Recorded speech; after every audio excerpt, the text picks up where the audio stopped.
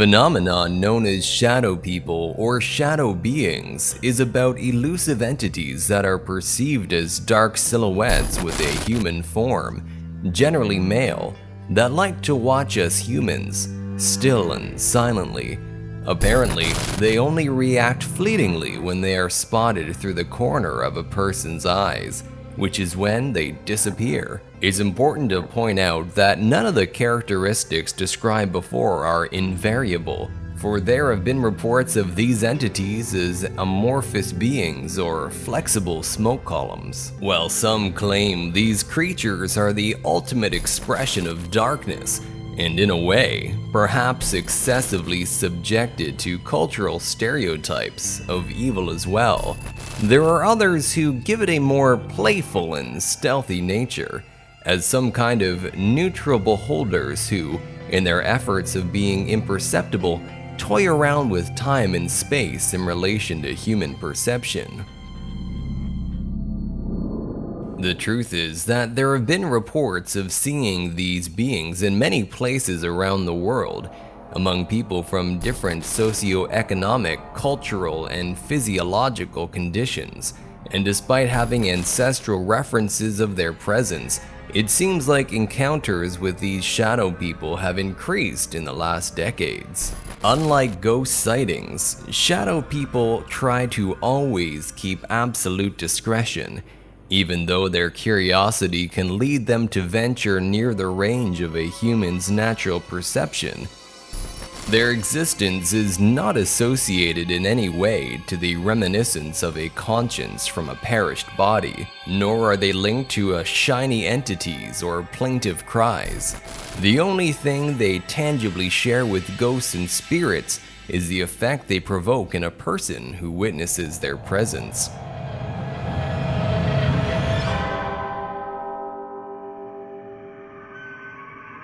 Fear, panic, and even semi-traumatic paralysis.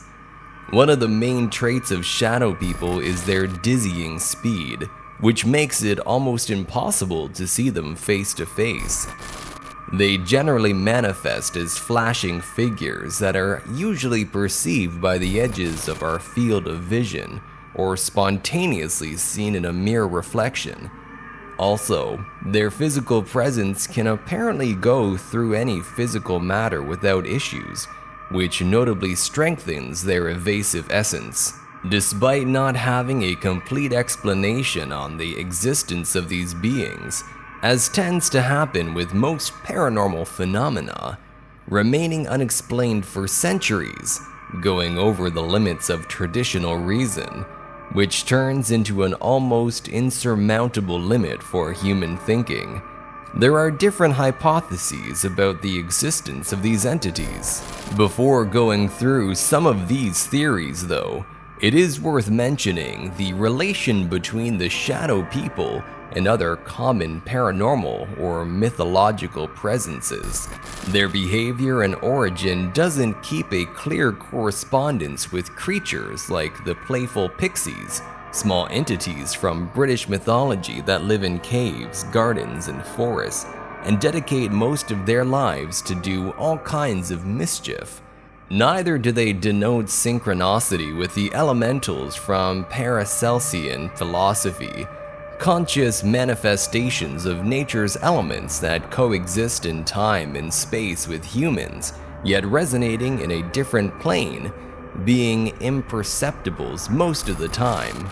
There are some who claim that shadow people are nothing more than incarnations of energy, liberated through thoughts. This theory establishes that they are, in some way, a conglomeration of low-frequency psychic energy that comes to life in places where tragic events have occurred, or around people who manage to concentrate a considerable amount of bad thoughts. Shadow people feed in these low frequencies like fear or envy. Others think the shadow people come from another dimension that, due to a singular energetic phenomenon, they end up overlapping with our plane, and that's why they watch or spy us. to understand how they should behave while they aren't able to disentangle the dimensional fusions that inserted them into our plane. This hypothesis denies the evil nature of these entities, rather presenting them with an interdimensional confusion, the most conventional explanation, which depends on reason most of all, making it not only the most boring, but also the most limited, which doesn't mean it should be ruled out by default, is that this phenomena is just one of the multiple optical effects to which our sight is subjected. The wildest version of traditional perspective talks about the influence of certain places or people with very particular electromagnetic charges, which can influence in our brain's electric circuits and induce hallucinations, some of which, maybe in association with some bits of our subconscious, can result in the apparent presence of shadow people. Perhaps the greatest argument to dismiss any scientific or rational explanation about this phenomena is the fact that dozens of reports match on an entity described as a tall man with a hat, which has been seen by both children and adults from different countries.